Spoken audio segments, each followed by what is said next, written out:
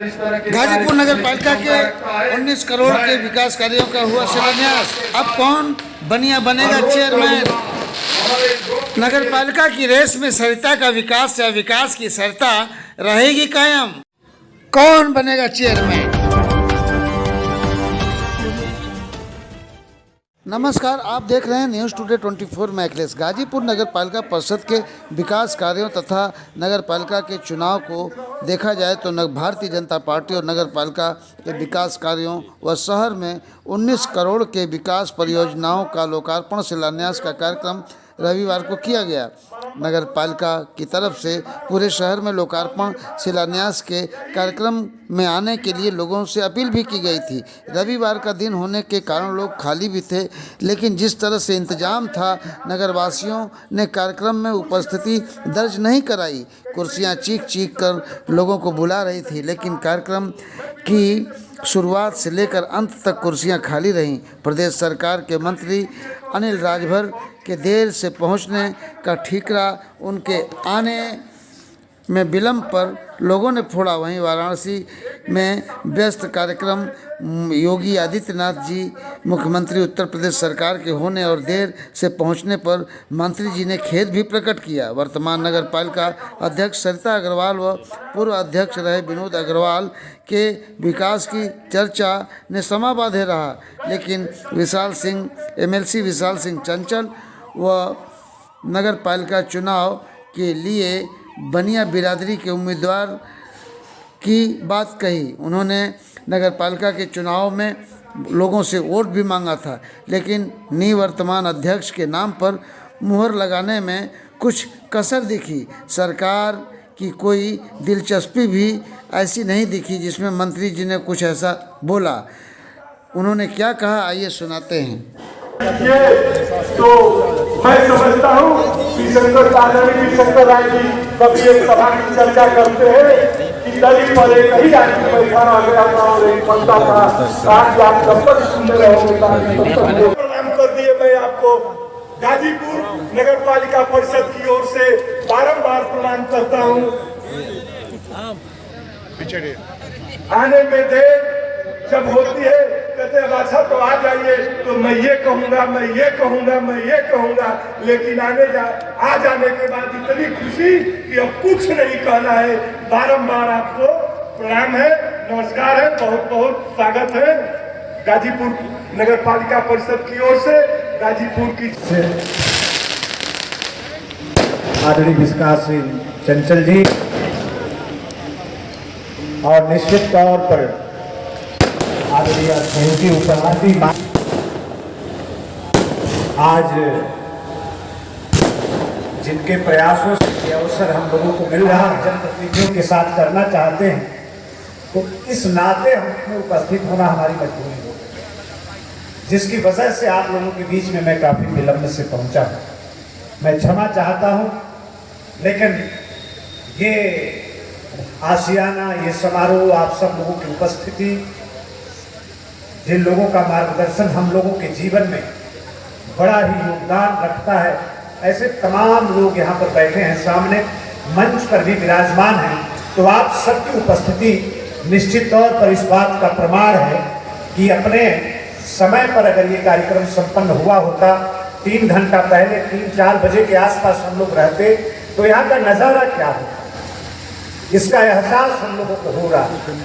लेकिन कोई बात नहीं, निश्चित तौर पर हिंदुस्तान की माटी में पैदा होने वाला एक महापुरुष आपने देखा होगा दुनिया के अंदर, जो दुनिया के अंदर जिनको लोग भगवान की श्रेणी में मानते हैं, जो दुनिया के साधु महात्मा हैं, आप देखते हैं कि वो सब उपदेश देने मात्र का काम करते हैं। अब उस पर मैं बहुत विस्तार से नहीं जाना चाहता, लेकिन आज स्वागत करते हुए उत्तर प्रदेश के यशस्वी मुख्यमंत्री, जो एक कर्म योगी है, योगी ही नहीं है, कर्म योगी है, देश के यशस्वी प्रधानमंत्री पूज्य नरेंद्र भाई मोदी जी के सपनों को साकार करने का उन्होंने जो संकल्प उठाया है, जो उत्तर प्रदेश को आत्मनिर्भर बनाने का संकल्प उठाया है, गांव से लेकर कस्बे से लेकर शहर और शहर से लेकर महानगर के जीवन स्तर को ऊंचा उठाने का जिसने संकल्प लिया है और अपने संकल्प को पूरा करने के लिए पूरी प्रतिबद्धता के साथ जो 24 घंटा काम कर रहा हो, काशी में उनका पूरी काशी इकट्ठा है। और इसलिए मैं कहना चाहता हूं, देखिए कितने दिनों की बात है, आज सैकड़ों के आसपास शिलान्यास हुआ। भाई चंचल जी कह रहे थे कि ये सरकार कितना संवेदनशील, उत्तर प्रदेश में हमारे जो कस्बे हैं, हमारी जो नगर पालिकाएं हैं, हमारे जो नगर निगम हैं, आप 2014 से पहले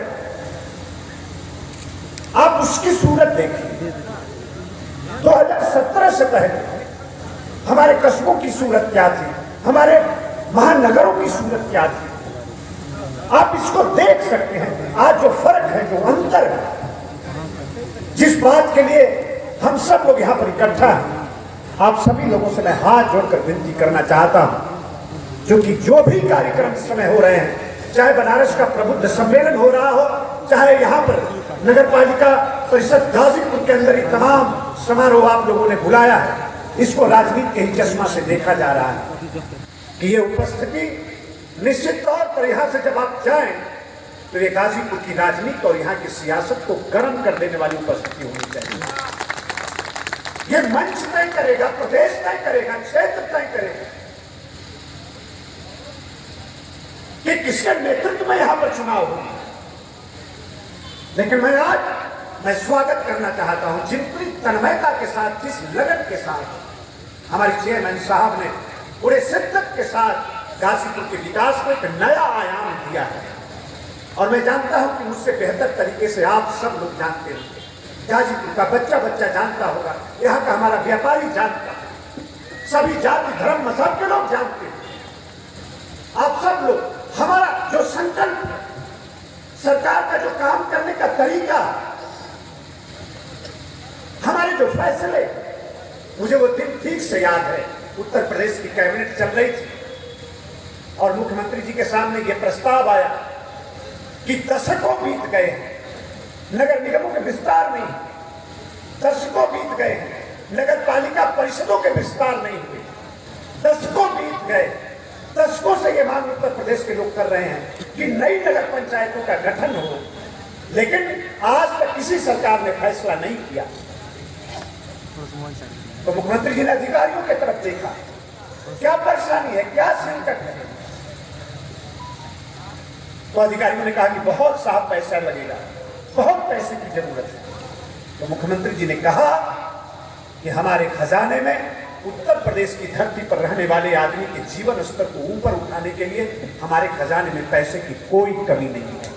और दशकों के बाद मैं तो सौभाग्यशाली हूं कि बनारस के नगर निगम का विस्तार हुआ तो उत्तर प्रदेश में सबसे ज्यादा गांवों का अगर कहीं समायोजन किया गया तो बनारस की धरती पर किया गया, वो भी हमारी विधानसभा के अंदर किया गया। हमारे 52 गांव बनारस नगर निगम में समायोजित। पूज्य प्रधानमंत्री जी के संसदीय क्षेत्र की एक विधानसभा है रोहनिया, 48 गांव उस विधानसभा के समायोजित किए गए।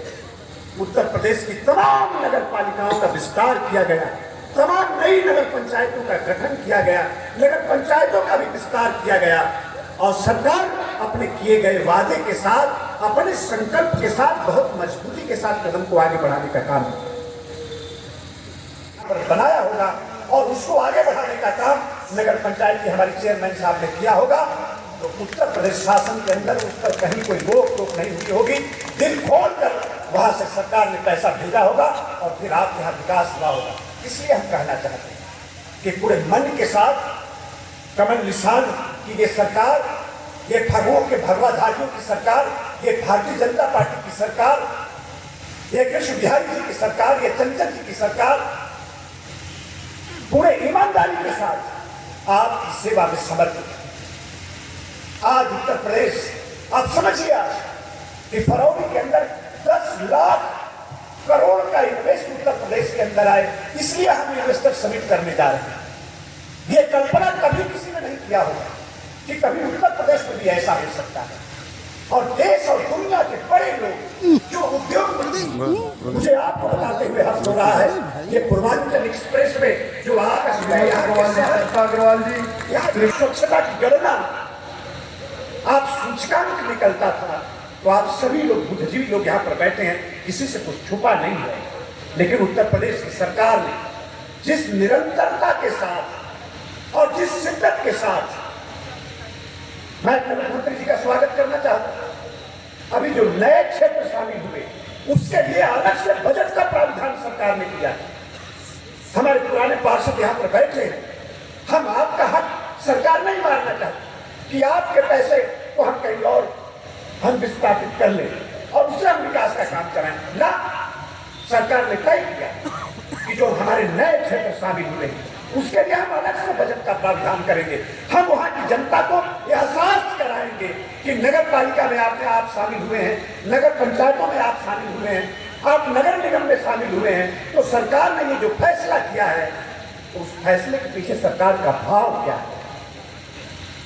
आपका जीवन स्तर ऊपर उठे, आपको मूलभूत सुविधाएं जो है वो आपको मिलेंगे। आपके कस्बे के किनारे किनारे, शहरों के किनारे किनारे बहुत से ऐसे गांव जो कहने को कागज पर गांव, लेकिन उसकी भौगोलिक स्थिति पूरी तरीके से शहर की स्थिति, जो शहर की कॉलोनियों को जो सुविधा चाहिए वही सुविधा उन गांव को।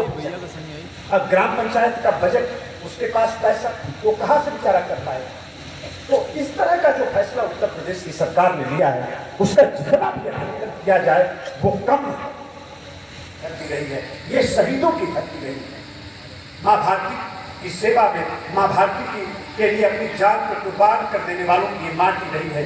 यहाँ के नौजवान, ये किसी से कहने की जरूरत नहीं है, देश के लिए जो कुर्बानी का जज्बा गाजीपुर की माटी में देखने को मिलता है, यहाँ की माटी में पैदा होने वाले जवानों के अंदर जो मिलता है वो देश में एक उदाहरण प्रस्तुत करता है।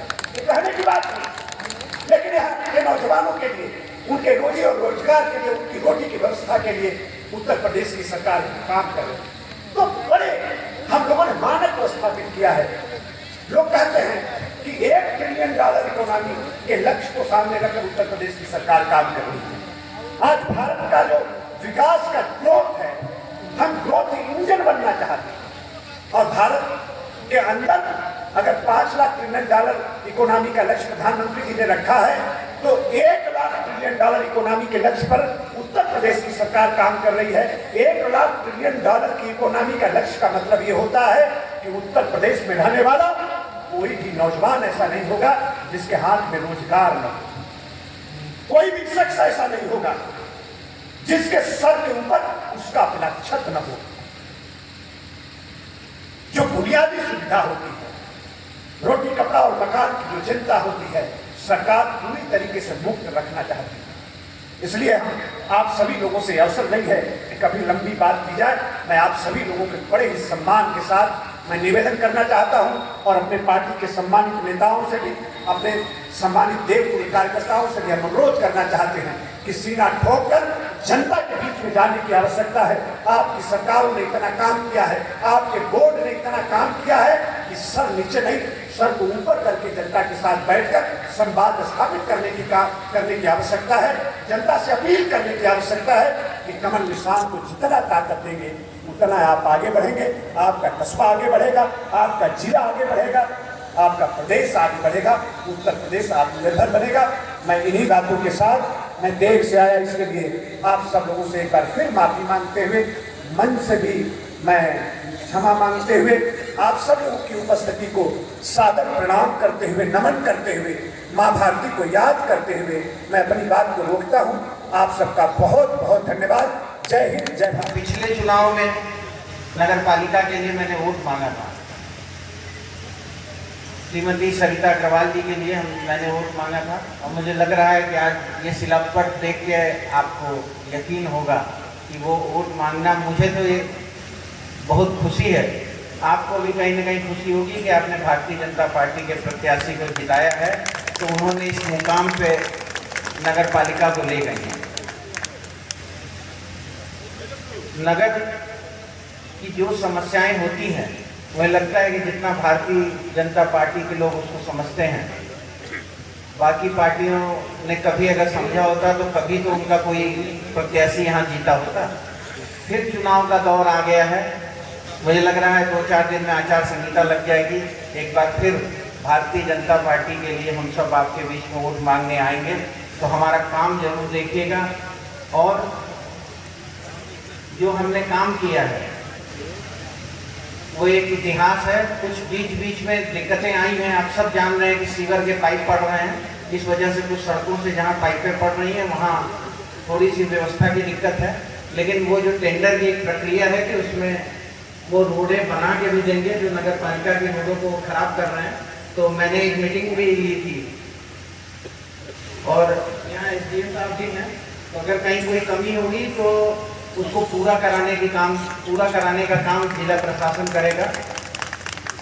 देखिए, विनोद अग्रवाल जी, हो सकता हो कि थोड़ा बहुत लोगों की न सुने हो, ये कमी मिल सकती है, लेकिन कोई इस तरह की शिकायत नहीं मिल सकती कि कहीं उनकी वजह से हम लोगों को कोई शर्मिंदगी झेलनी पड़ी।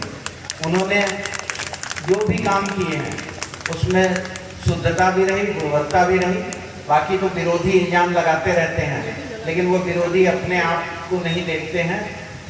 ये शहर हम किसी कॉलोनाइजर, किसी ठेकेदार के हाथों में नहीं दे सकते। हम एक व्यापारी के हाथों में देंगे तो इस शहर को वो बसाएगा। वो सब व्यापारी यहाँ बैठे हैं, सब जान रहे हैं अच्छे से। तो न कभी, मुझे लग रहा है 5 बार भारतीय जनता पार्टी यहाँ जीती है और ये 6वीं बार भी भारतीय जनता पार्टी जीतेगी। मैं ज़्यादा समय नहीं लूँगा। हम सब आर्थिक मंत्री जी को सुनने यहाँ आए हैं और मैं चाहता हूँ कि उनको ज़्यादा समय मैं दूँ। मैं इन्हीं शब्दों के साथ अपने वाणी को विराम देता हूँ। मेरे साथ सब लोग कहिए, भारत माता की जय श्री राम। गाजीपुर की निवर्तमान नगर पालिका अध्यक्ष सरिता अग्रवाल ने इस कार्यक्रम का समापन किया और सबको धन्यवाद ज्ञापित किया। उन्होंने इस मौके पर शहर में हुए विकास की चर्चा की। टीम न्यूज़ टुडे 24 बने रहे ऐसी ताज़ा तरीन खबरों के लिए। नमस्कार।